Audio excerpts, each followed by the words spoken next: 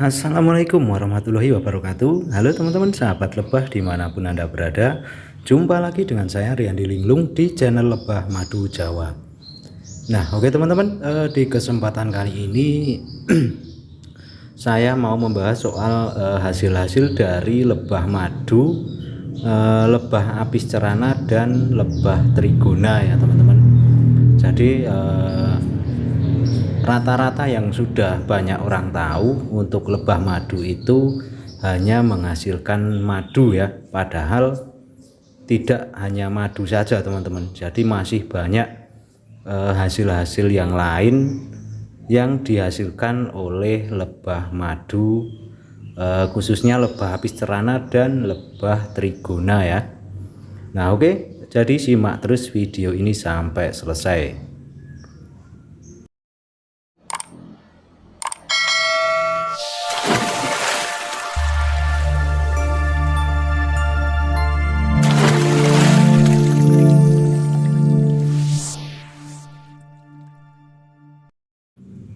Nah oke, jadi langsung saja teman-teman. Yang pertama saya mau bahas hasil dari lebah apis cerana dulu ya. Nah oke, jadi lebah apis cerana atau biasanya disebut tawon dewan atau tawon unduan ini, nah ini bisa menghasilkan beberapa produk atau yang hasil yang bisa kita manfaatkan atau kita jual ya. Nah ini yang pertama, untuk lebah apis cerana itu bisa menghasilkan madu. Nah kalau madu ini mungkin rata-rata sudah tahu ya, kalau lebah apis cerana ini memang menghasilkan madu ya. Nah jadi untuk madu ini awal mulanya adalah nektar bunga.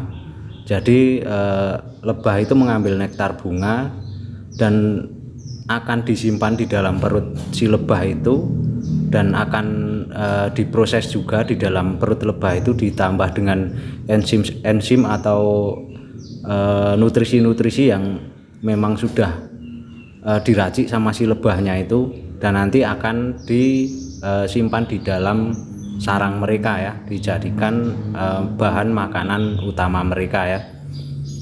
Jadi untuk madu ini yang biasa kita konsumsi, biasa kita ambil dari lebah itu sebenarnya adalah sumber makanan yang dibutuhkan lebah untuk mereka bertahan hidup atau berkembang biak ya. Nah lanjut lagi, untuk lebah jenis apis cerana ini selain dia bisa menghasilkan madu, dia juga bisa menghasilkan yang namanya bipolen atau roti lebah ya.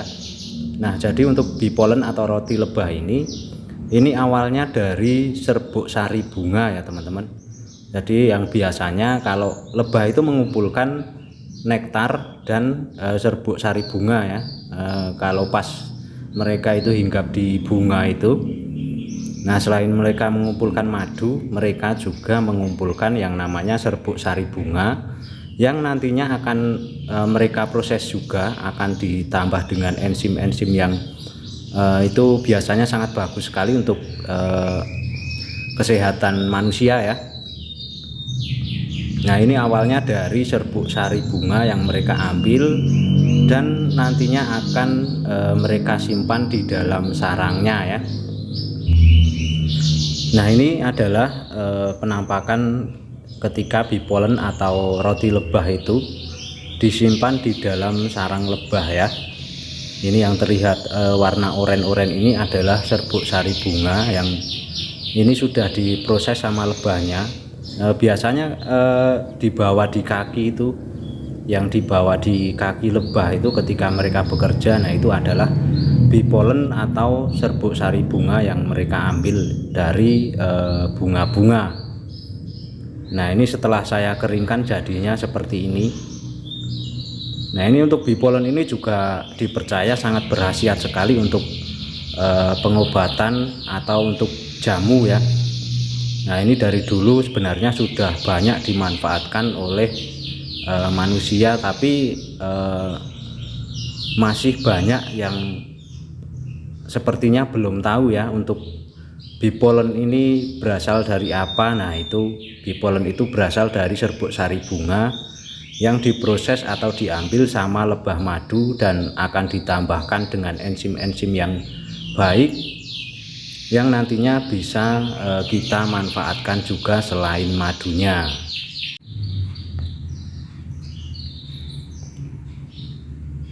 Nah, oke, lanjut lagi untuk yang ketiga. Untuk lebah habis cerana ini selain madu dan bee pollen atau roti lebah itu yang bisa kita manfaatkan, ada juga yang namanya lilin lebah, teman-teman. Nah, ini adalah lilin lebah yang sudah saya proses atau sudah saya pisahkan dengan bagian-bagian yang lain ya. Jadi ini sudah murni lilin lebah.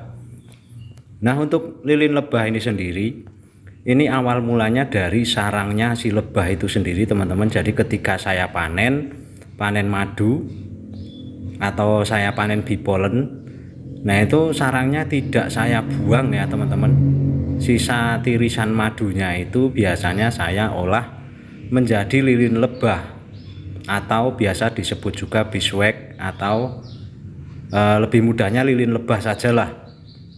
Nah, untuk lilin lebah ini bisa kita manfaatkan juga dan ada nilai jualnya ya, ada harganya. Ini misal kita jual. Untuk lilin lebah ini biasanya dimanfaatkan kalau di pabrik-pabrik itu dimanfaatkan untuk membuat kosmetik, membuat lilin, membuat sabun dan lain-lain. Yang jelas ini harganya juga lumayan juga ya.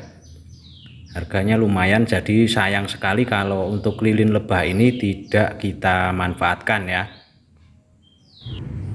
Nah, jadi untuk beeswax atau lilin lebah ini adalah ekstrak dari sarang lebah yang sudah saya pisahkan atau sudah saya olah dan saya pisahkan dari komponen-komponen yang ada di dalam sarang lebah tersebut, dan ini adalah bagian lilinnya ya.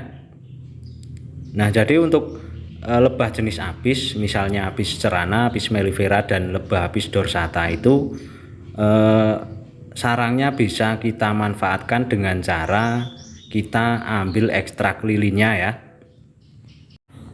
Dan kesimpulannya untuk lebah habis cerana ini, selain mereka itu menghasilkan madu, bee pollen atau roti lebah, mereka juga bisa menghasilkan lilin lebah ya.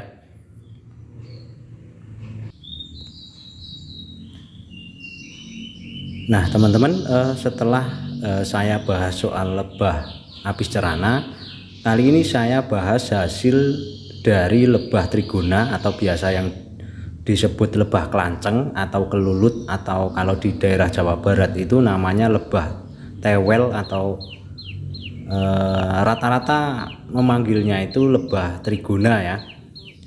Nah, oke, jadi untuk lebah trigona dan lebah apis cerana ini sebenarnya sama-sama lebah penghasil madu atau lebah yang biasa kita manfaatkan untuk diambil madunya, tapi mereka ini dari lebah jenis yang berbeda ya.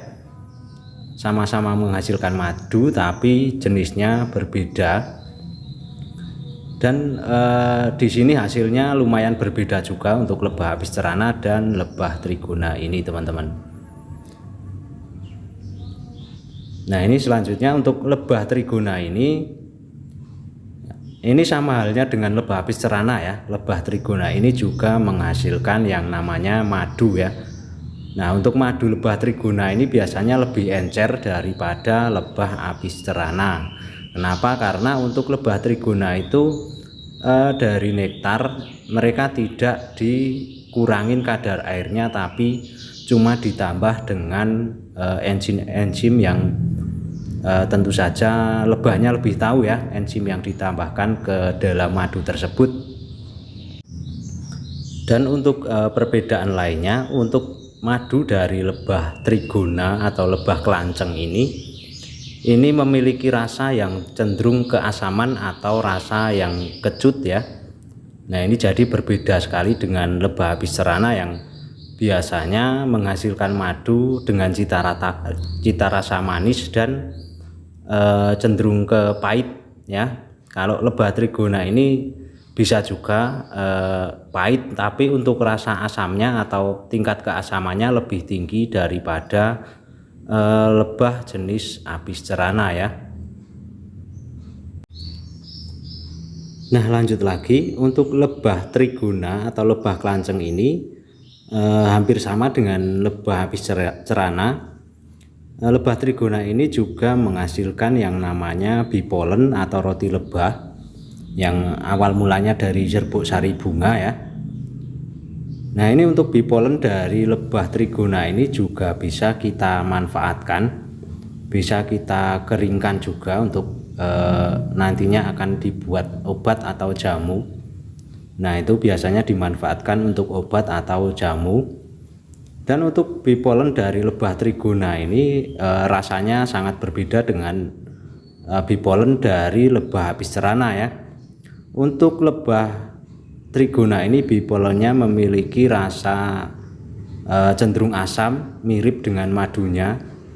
Jadi walaupun warnanya itu sama dengan bipolen lebah apis cerana, tapi untuk rasanya sendiri sangat-sangat berbeda karena untuk lebah trigona ini memiliki cita rasa bipolen yang cenderung kecut, terkadang sangat kecut sekali.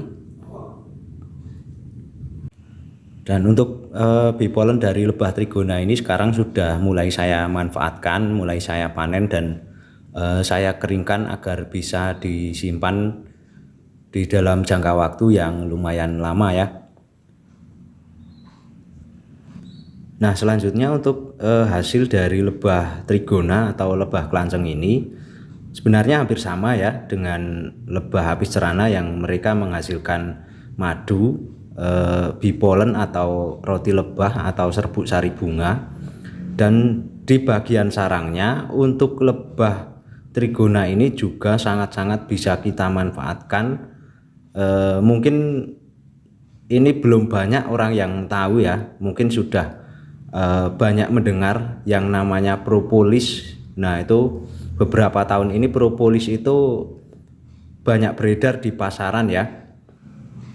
Jadi barangkali teman-teman semua belum tahu, untuk propolis itu sebenarnya adalah bagian dari sarang lebah trigona atau lebah kelanceng ini. Nah, ini yang biasanya dibuat kantung madu dan dibuat kantung telur atau kantung anakan si lebah trigona ini. Nah, ini namanya propolis ya. Jadi untuk produk-produk dari propolis ini yang sudah beredar di pasaran itu bahan dasarnya dari sarang lebah trigona ini teman-teman. Dan itu harganya sangat mahal sekali ya, bahkan hitungannya itu per mili ya untuk harga jual si ekstrak dari propolis ini. Nah, ini setelah saya panen untuk propolis bekas sarang madu dari lebah trigona ya. Jadi berbeda dengan sarang bekas lebah apis cerana. Kalau untuk sarang bekas lebah trigona itu seperti ini ya bentuknya. Jadi dia itu lengket karena untuk bahan dasarnya dari propolis ini adalah dari getah pohon atau resin pohon yang lebah trigona kumpulkan, dan nantinya akan ditambahkan dengan lilin lebah juga dan bahan-bahan lain yang itu sangat-sangat bisa kita manfaatkan. Apalagi ini untuk propolis seperti ini, kalau kita bisa ekstrak sendiri, ini harga jualnya sangat mahal sekali ya. Bisa kalian cari di toko-toko online untuk harga propolis yang sudah cair atau yang sudah siap konsumsi itu berapa. Nah, itu bisa kalian cari di toko-toko online, itu banyak ya. Beberapa tahun ini sudah banyak yang bisa mengekstrak yang namanya propolis ini menjadi bentuk cair atau bentuk yang sudah siap dikonsumsi. Dan sayangnya saya sendiri belum bisa untuk memproses propolis ini, tapi untuk propolis ini sudah mulai saya kumpulkan dan saya simpan ya. Siapa tahu besok kalau saya sudah dapat ilmunya, nanti bisa saya proses sendiri atau ekstrak sendiri untuk propolis ini ya. Nah, mudah-mudahan besok saya bisa mendapatkan ilmunya. Nah, mungkin hal ini juga yang membuat madu lebah trigona atau lebah kelanceng itu lebih mahal, karena untuk sarang penyimpanannya itu dari propolis, yang tentu saja propolis itu memiliki kandungan-kandungan yang sangat baik untuk kita manfaatkan ya. Nah, itu penyebab kenapa madu lebah trigona bisa lebih mahal dari madu lebah jenis yang lain ya. Nah, oke teman-teman, jadi mudah-mudahan sampai di sini kalian paham ya dari apa yang saya terangkan.